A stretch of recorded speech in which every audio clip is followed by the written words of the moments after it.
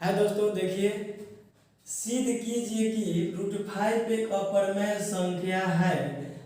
तो अब क्या करना है, सिद्ध करना है। तो सिद्ध करने में क्या करना है, माना कि √5 एक परमेय संख्या है और √5 बराबर p बटा क्यू। परमेय संख्या क्या है, p बटा क्यू, लेकिन q नॉट इक्वल 0।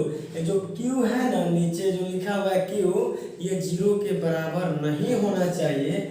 और एक विशेष बात ध्यान देना है कि p और q जो है सह अभाज्य संख्याएं हैं। सह अभाज्य संख्याएं हैं जिसका, अच्छा बताओ, सहअभाज्य संख्या क्या है। सहअभाज्य संख्या का मतलब होता है जिसका HCF क्या होता है, 1 होता है। जिसका HCF बराबर 1 होता है। यानी जिसका HCF अगर 1 होगा वो हमारा सहअभाज्य संख्या होता है। अब इसको ध्यान देना है।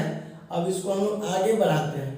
क्या बढ़ाएंगे, √5, यानी इसको क्या कर देना है, दोनों तरफ वर्ग करने पर, दोनों तरफ वर्ग करने पर, वर्ग का मतलब होता है कि दोनों तरफ को स्क्वायर कर देना है। देख लीजिए, √5 का होल स्क्वायर अब बराबर p बटा q का होल स्क्वायर। यही दोनों का होल स्क्वायर करना था तो कर दिया। तो ये क्या हो जाएगा, 5 या 25, यानी 2 बार √5 से 5 में गुणा करेंगे तो उसका मतलब गुणा करने के बाद से हमारा 5 आ जाता है। अब इसका स्क्वायर करेंगे तो p स्क्वायर, q का करेंगे तो q स्क्वायर। अब क्या करते हैं, कुछ नहीं करेंगे ना तो इसको बट्टा में 1 लिख लेते हैं। कुछ नहीं रहता तो क्या होता है, बट्टा में 1 रहता है। और जब इसको दोनों को क्या करना है, तिरछी गुणा करेंगे। तो गुणा करेंगे तो क्या हो जाएगा, 5q स्क्वायर, और इसमें गुणा करेंगे तो p स्क्वायर हो गया ना। तो यानी अब p स्क्वायर 5 से विभाजित होगा। तो लिखना है कि p स्क्वायर 5 से विभाजित होता है। अभी हम इसको समझाएंगे कि p से विभाजित 5 से विभाजित कैसे होता है। तो क्या p भी 5 से विभाजित होगा। अभी समझा रहा है कैसे होगा, देख लो। यानी जब 5 है तो 5 से p स्क्वायर विभाजित होता है, उसी प्रकार 5 से भी क्या होगा, p होगा। तो थोड़ा यहाँ समझाते हैं, हिंट लेकर। देखिए यहाँ समझा रहे हैं।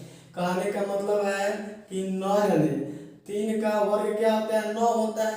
तो जब इसको हम लोग काट देंगे तो 3 बार में कट जाएगा ना जी। उसी प्रकार अगर 3/3 करते हैं तो क्या ये नहीं कटेगा। तो जब 3 का स्क्वायर 9 कट जाएगा, उसी प्रकार 3 से भी कट जाएगा। वही बात यहाँ समझाया गया है। अब क्या करना है ना, नेक्स्ट में हमको चलना है। अतः अब क्या करना है कि p बराबर 5 और c, यानी c क्या है यहाँ दिखा रहे हैं, c एक पूर्णांक है, c एक पूर्णांक संख्या है। अब देखिए क्या करना है, मैंने इसको मान लिया, फिर दिखाने के लिए, अभी दिखाएंगे तो मालूम चल जाएगा। तो लिखो दोनों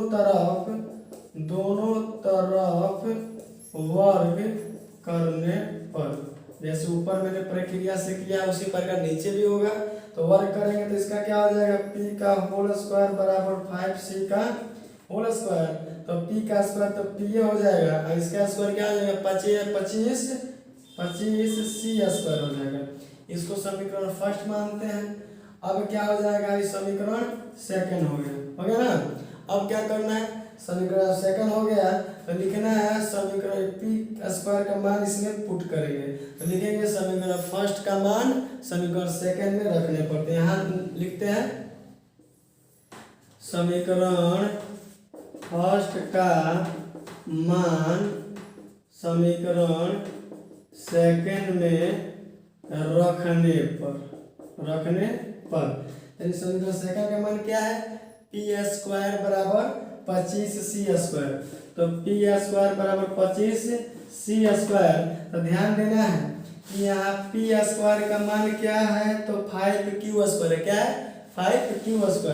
तो पी के जगह पे लिखेंगे 5q² बराबर 25c²। तो देखो ये कट जाएगा 25 यानी q² बराबर 5c²। अब देखिए ना क्या हो गया, यानी q² 5 से क्या होगा, विभाजित होगा। तो लिखेंगे q² 5 से विभाजित होता है, 5 से विभाजित होता है। तो क्या होगा, q भी 5 से विभाजित होगा। अब ध्यान देना है यहाँ पर कि अब बताइए हम लोग को करना क्या था कि P और Q सहभाज्य संख्या है जिसका HCF 1 होना चाहिए। लेकिन अब बताइए यहाँ भी हमारा 5 आ गया था, यानी p² 5 से विभाजित होगा तो P भी 5 से विभाजित होगा। यहाँ भी वही बात है, Q भी 5 से विभाजित होगा। तो हमारा जब 5 से विभाजित होगा तो हमारा 5 HCF आ गया। लेकिन मेरा HCF कितना आना चाहिए जी, 1 आना चाहिए। अतः यह विरोधाभास है, इसलिए √5 एक अपरिमेय संख्या है, अपरिमेय संख्या है। अब बताइए दोस्तों, लगता होगा कि आप लोगों को समझ में आ गया होगा। फिर अगला चलते हैं। देखिए अगला क्वेश्चन, सिद्ध कीजिए कि 3 + 2√5 एक अपरिमेय संख्या है। तो अब क्या करना है, माना कि 3 + 2√5 एक परमेय संख्या है, एक परमेय संख्या है। अब परमेय संख्या में हम लोग जानते हैं जिसे p/q के रूप में लिखा जाता है। तो 3 + 2√5 बराबर p/q, q ≠ 0 होना चाहिए। यानी अब क्या करना है, मैंने अभी पहले भी बताया था कि सहअभाज्य संख्या यानी p और q क्या है, यहाँ लेना है सहअभाज्य संख्या लेना है। और सहअभाज्य का मतलब होता है जिसका HCF 1 होता है। तो यहाँ क्या करेंगे, लिखेंगे कि 2√5 बराबर p/q और 3 को ला देंगे इसके पीछे तो माइनस आ जाएगा जी।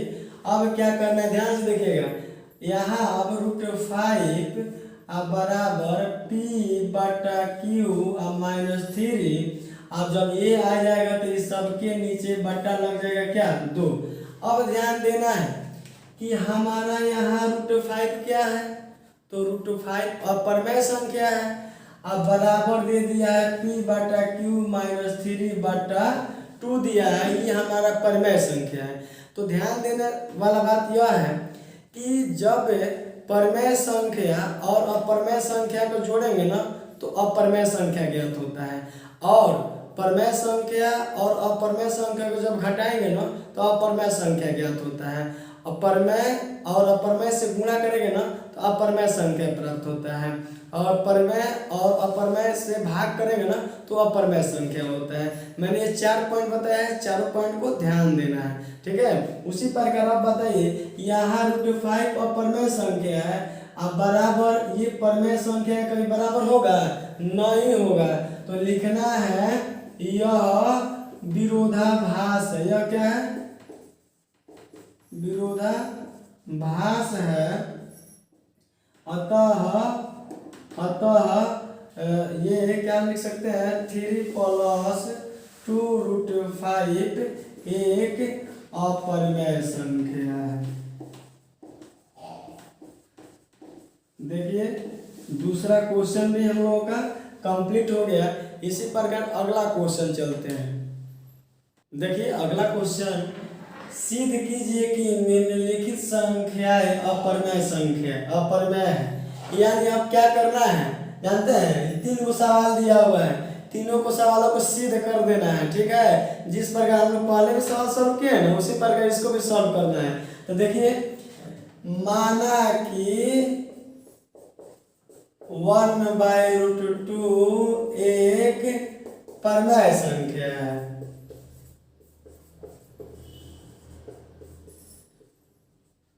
तो 1/√2 बराबर P/Q।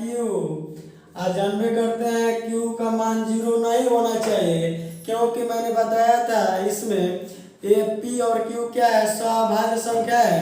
और सभाज्य संख्या में सभाज्य संख्या क्या होता है, तो जिसका HCF 1 होता है। तो अभी क्या करेंगे, इसको हम लोग जानते हो बहुत आसान कर देते हैं। इसको क्या करते हैं, उलाट देते हैं। देखिए कैसे उलाटते हैं। जब इसको ऊपर करेंगे, इसको नीचे करेंगे, इसको ऊपर करेंगे, इसको नीचे करेंगे, तो अब क्या होगा, √2। अब ना एक यहाँ नीचे लिखेंगे तो कोई उसका मतलब नहीं ना होता है जी। अब क्या हो जाएगा, Q/P। अब देखिए हम लोग उलाट दिए, लेकिन इस पर विशेष ध्यान देना है कि अब मैंने 4 नियम बताया था। बताइए कोई भी परमेय संख्या बराबर अपरमेय होता है, से अपरमेय संख्या बराबर परमेय संख्या होता है, नहीं होता है। तो बताइए √2 हमारा क्या है, अपरमेय संख्या है, और P/Q हमारा परमेय संख्या है। तो यह क्या है, विरोधाभास है जी। ये जो माने गया है ना, माना कि 1/√2 एक परमेय संख्या है, ये हमने गलत मान लिया है, यह विरोधाभास है। तो लिखेंगे कि यह विरोधाभास है, इसलिए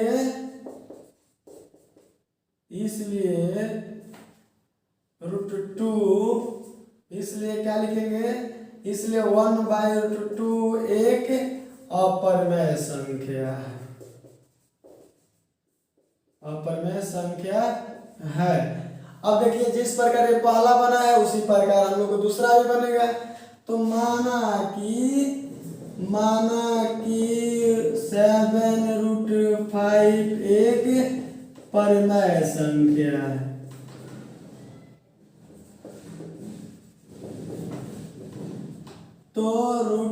तो क्या करेंगे, 7√5 बराबर P/Q।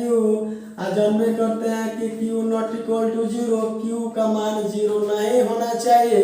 तब क्या करेंगे, अच्छा अब ध्यान देना है, √5 P बटा, जानते हो इस 7 को ना Q से गुणा कर देंगे, 7 नीचे चलाएगा तो क्या हो जाएगा, 7Q। अभी जो बताए थे वही बात आ गया, यानी √5 हमारी अपरमेय संख्या है, अब P/7Q परमेय संख्या है। तो कभी भी अपरमेय बराबर परमेय संख्या नहीं होता है। तो जो हम लोग माने हैं ना 7√5 एक परमेय संख्या, यह गलत से मान लिया गया था, यह विरोधाभास है। तो लिखेंगे यह विरोधाभास है, इसलिए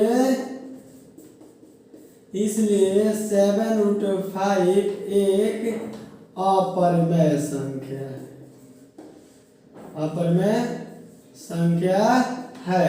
उसी प्रकार मेरा अगला क्वेश्चन एक है, सेम इसी प्रकार बनेगा। तो ध्यान देना है क्या है कि उसी प्रकार मेरा एक अगला क्वेश्चन भी है। देखिए क्या है, यानी माना कि 6+√2 एक परमेय संख्या है, परमेय संख्या है। अब देखिए जब परमेय संख्या होता है तो P/Q के रूप में होता है। तो यहाँ लिखेंगे 6+√2 बराबर P/Q, और Q ≠ 0 होना चाहिए, यानी कभी भी Q का मान 0 नहीं होना चाहिए। तो यहाँ लिखेंगे कि √2 बराबर P/Q। जानते हो इसके आगे प्लस में छिपा है, तो इसको उठाकर जब इसके पीछे लगा देंगे ना तो -6 हो जाता है। फिर बात वहीं आ गया, यहाँ ये √2 हमारा परमेय संख्या है, और P/Q -6 हमारा परमेय संख्या है। तो कभी भी अपरमेय बराबर परमेय नहीं होता है। तो लिखेंगे कि जो अभी हम लोग माने हैं ना ऊपर, तो वो गलत से मान लिए हैं। तो लिखेंगे क्या कि यह विरोधाभास है,